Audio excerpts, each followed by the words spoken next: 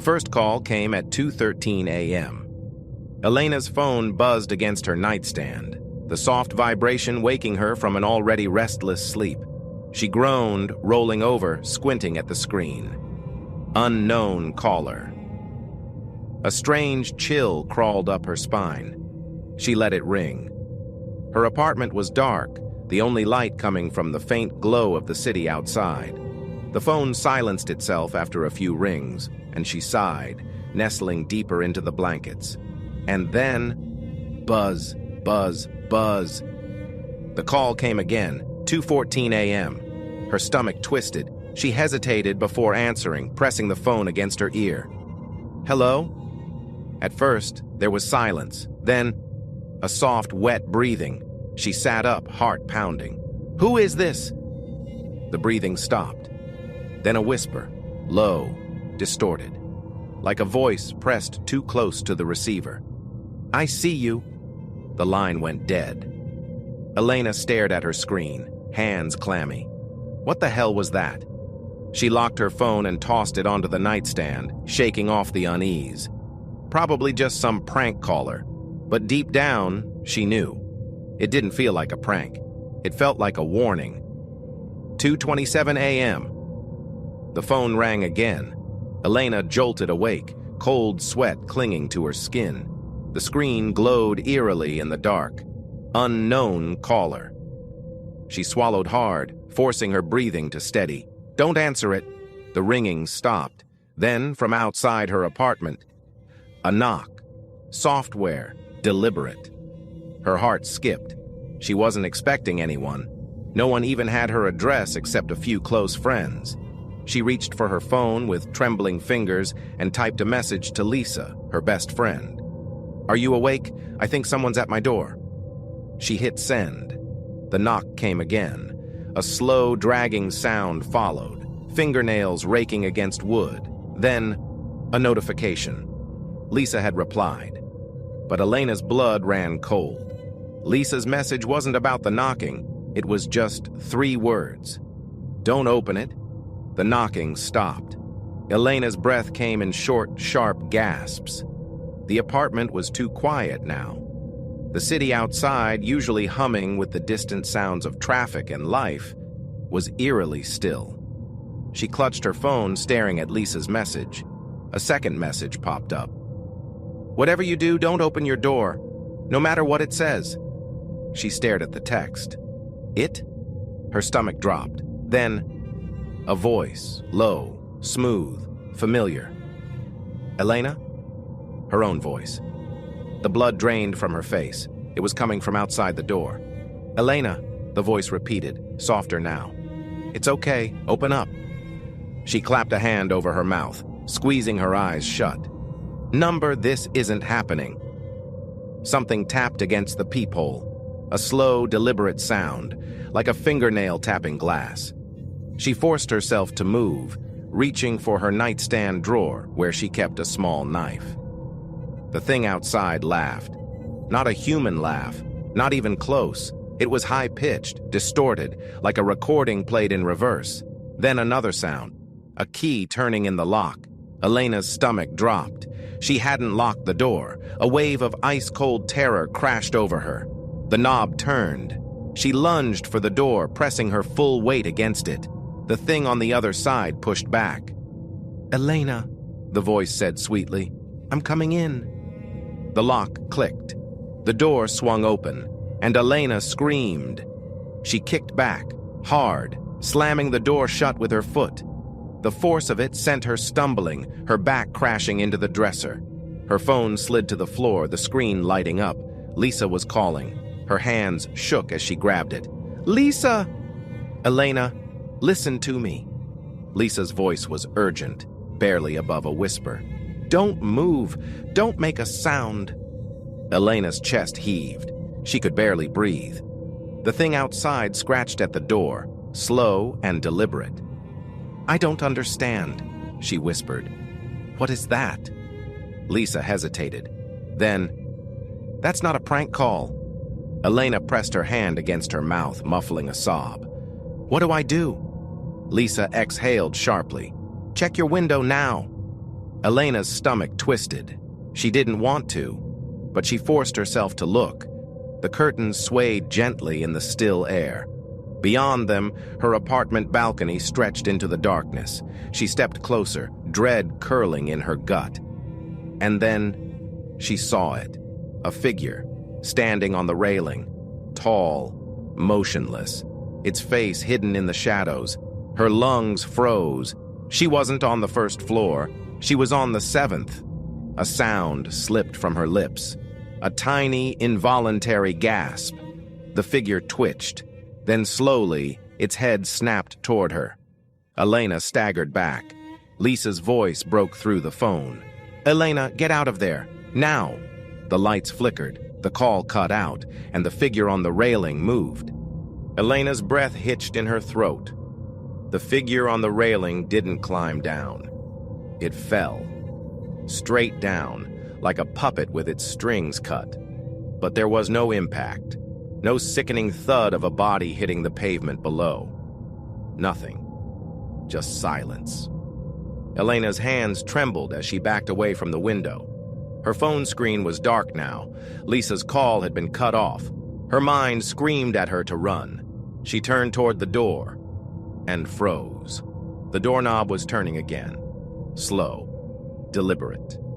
She had locked it. She knew she had. "Elena?" The voice was inside the apartment. Her stomach dropped. It came from the hallway beyond the sliver of darkness where her bedroom door stood slightly ajar. She forced herself to step back. Her breathing was shallow, uneven.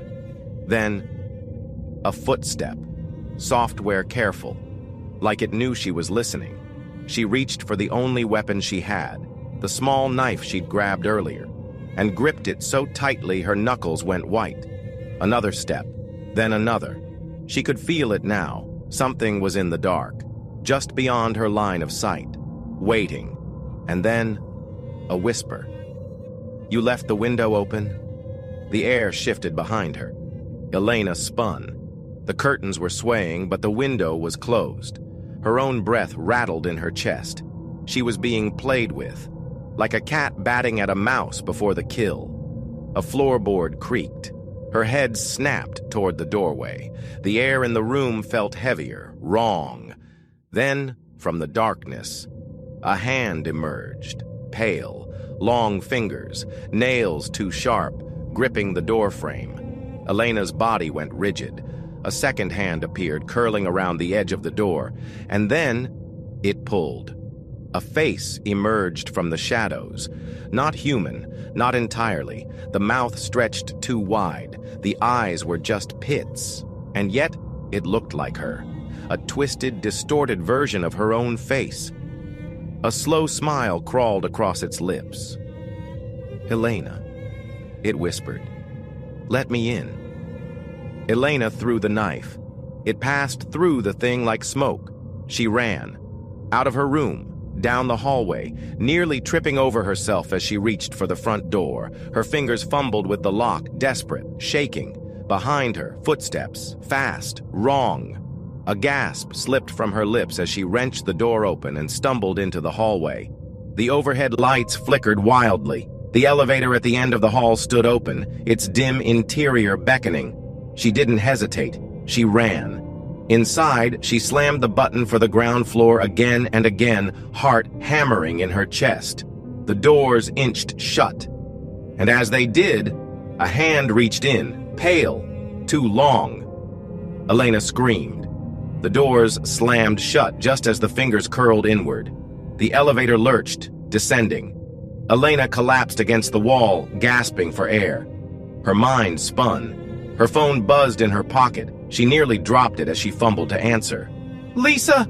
Lisa's voice was sharp, urgent. "Elena, where are you?" I'm in the elevator." A pause. Then Lisa's voice dropped to a whisper. "Elena, the elevator doesn't work at night." Elena's blood ran cold. Her stomach plummeted. The elevator wasn't moving. The doors weren't closed. They were just dark. Like the entire world outside had been swallowed. A single sharp breath echoed from behind her. Inside the elevator. not hers. Slowly, so slowly, Elena turned. The figure stood inches away, grinning, its mouth opened too wide, and everything went black.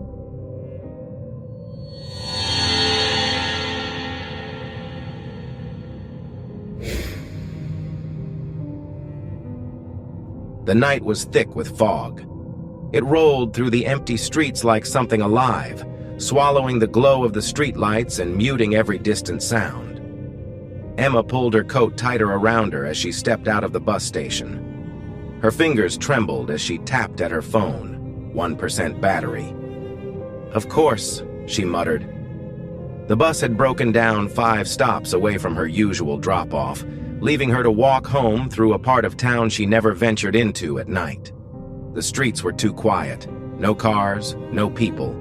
Just the distant hum of a flickering neon sign outside an abandoned gas station. She moved quickly, her boots clicking softly on the cracked pavement.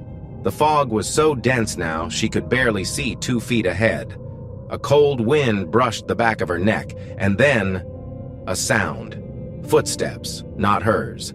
They were slow, even, measured. Emma swallowed hard and quickened her pace. The footsteps did too. Her pulse hammered in her throat. She glanced over her shoulder, but the fog was so thick she couldn't see anything. Her building wasn't far, just a few more blocks. She forced herself to move faster. Then, a whisper, low, right behind her. "You shouldn't be out this late." Emma spun around. Nothing. Just empty fog. Her breath came out in shaky bursts. "Hello?" No answer. She was alone. Or at least, she should have been. A sharp click echoed from the darkness. It sounded like a cane tapping against the pavement. Emma's chest tightened. She turned and ran. Her boots pounded against the sidewalk. The streetlights flickered above her, one after another, as if something unseen was passing beneath them. She reached her building, fumbled with her keys, slammed the door behind her.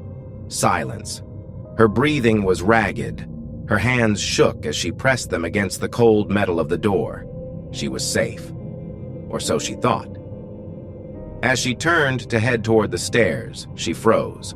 The fog had followed her inside, and standing in the middle of the dimly lit lobby was a man. Tall. Still. A black coat draped over his thin frame. A hat sat low over his face, casting shadows where his eyes should be, and in his gloved hand, a cane. Emma's heart stopped. He wasn't there a second ago. She took a step back.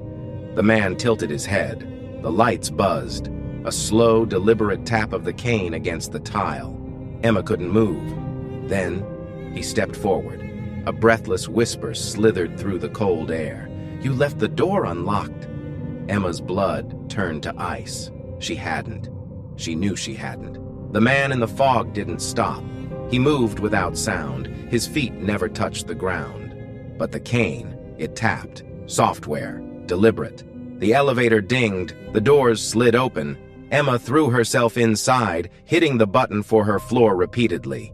As the doors started to close, she dared one last look. The man stood in the doorway, close enough to touch, but he didn't. Instead, his mouth curled into a grin. And then, he stepped back into the fog. The doors shut. Emma collapsed against the cold metal wall, gasping for breath. Her phone buzzed in her pocket. She pulled it out. The screen was barely lit, the battery nearly dead. But there was a notification, a single message, from an unknown number. "You brought him inside." Emma's stomach dropped. And then, Emma's breath hitched. The doors didn't open. The floor display flickered wildly before landing on a floor that didn't exist. Sub-level 6. There was no sub-level 6 in her building. A new message appeared on her phone even though she had no signal. "Come down!" She stared at the words, her entire body locked in place. Then, a knock, soft at first, then louder. Someone, or something, was on the other side of the doors. She backed against the wall. The knock turned into pounding. The walls shook. Then came a sound she couldn't explain. A whispering voice, but layered. It was his voice. And another. And another. Hundreds of voices, all whispering at once. "You left the door unlocked. You left the door unlocked. You left the door unlocked." She squeezed her eyes shut. This wasn't real. It couldn't be real. Then, the lights died completely. The elevator lurched downward. The voices stopped. Everything was still, silent. She opened her eyes and realized the doors were open. The fog had cleared, and she was standing in a place she did not recognize.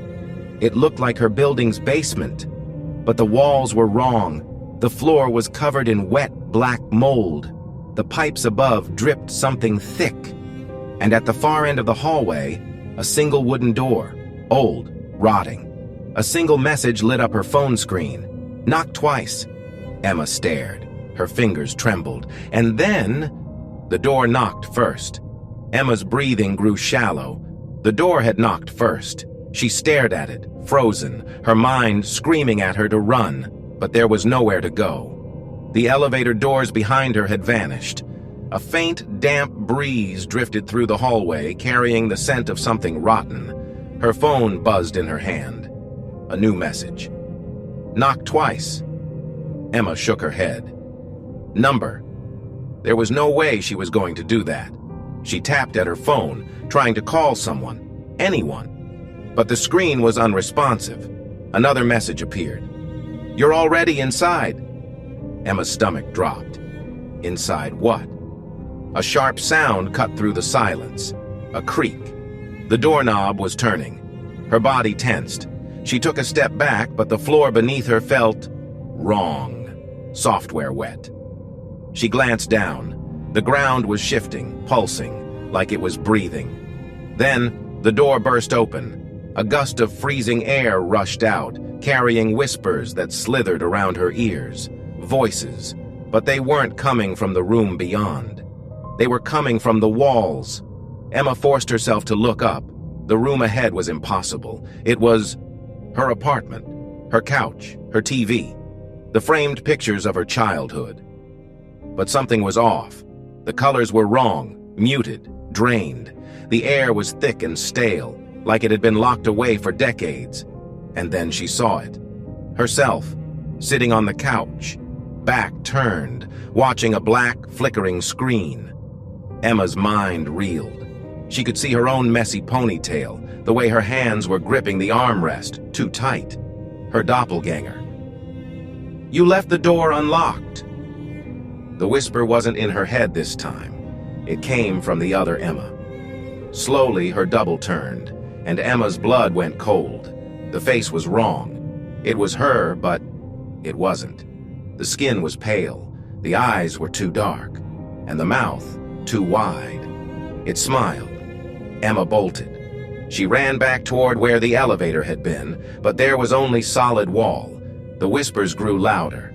You left the door unlocked. You left the door unlocked. You left the door unlocked. She spun around. The door to her apartment was gone. The hallway stretched endlessly now, fading into darkness. Footsteps, slow, deliberate. She turned and saw him. The man in the fog, standing at the end of the hallway. His hat cast a shadow over his face, but she could feel his eyes on her. He lifted his cane, tapped it once. The hallway shrank, tapped it again. The walls closed in. Emma gasped, stumbling backward as the space around her compressed. She turned to run, but there was no way out. And then, the lights flickered. When they came back on, he was right in front of her. His breath smelled like damp earth. His gloved hand reached out and pressed a single finger against her forehead. Emma's body froze.